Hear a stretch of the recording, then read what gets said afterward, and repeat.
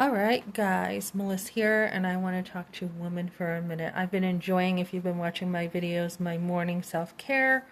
I'm doing some extra stuff this morning because I have time.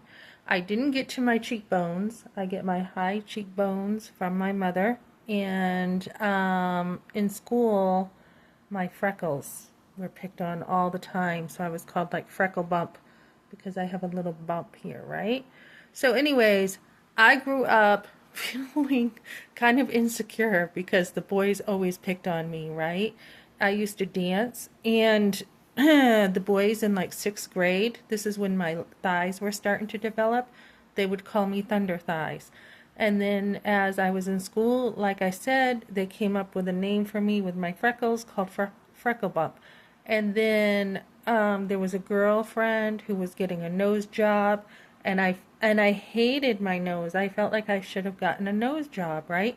Especially when you're around girls who also can be insecure, or women, other women in your family who can be like, oh, I have too many calories, or I ate too many calories, or I did this, or I did that, or look at this. This doesn't look good in the rear view mirror.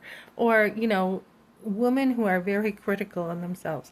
Guys, I grew up, and when I was probably about, I don't know, maybe 14, 15, I had like, I don't know, maybe a little older, maybe 16. I don't know. There was a time I like had a like self-loathing for myself. I kind of felt like I didn't like myself, right? And that's just, I don't know where I picked up that bad body image. I could look in a mirror, and I did try throwing up once because my friend did, and then I tried starving myself and to be anorexic for just a little bit, like, not like seriously, not when you think of that word, but just doing that, and then going through like a gallon of ice cream and just trying to sustain like a better body image. So there's no need for that, guys. When you're a teenager, though, it's very difficult to have that confidence in yourself. And as I talk about pro-life stuff here, and I will be picking up more on pro-life stuff, if you have a lot of confidence when you're younger, and you have people building into yourself in your confidence, abortion is not going to be an option. Okay, it's just not.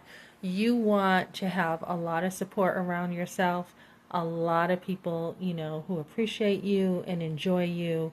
And that is a huge part of the pro-life stuff we don't talk about. Building girls up, building women up, so they don't feel insecure at all, and they can feel like, whatever autonomy I have, and I just went through this too, making sure that I give enough autonomy to others.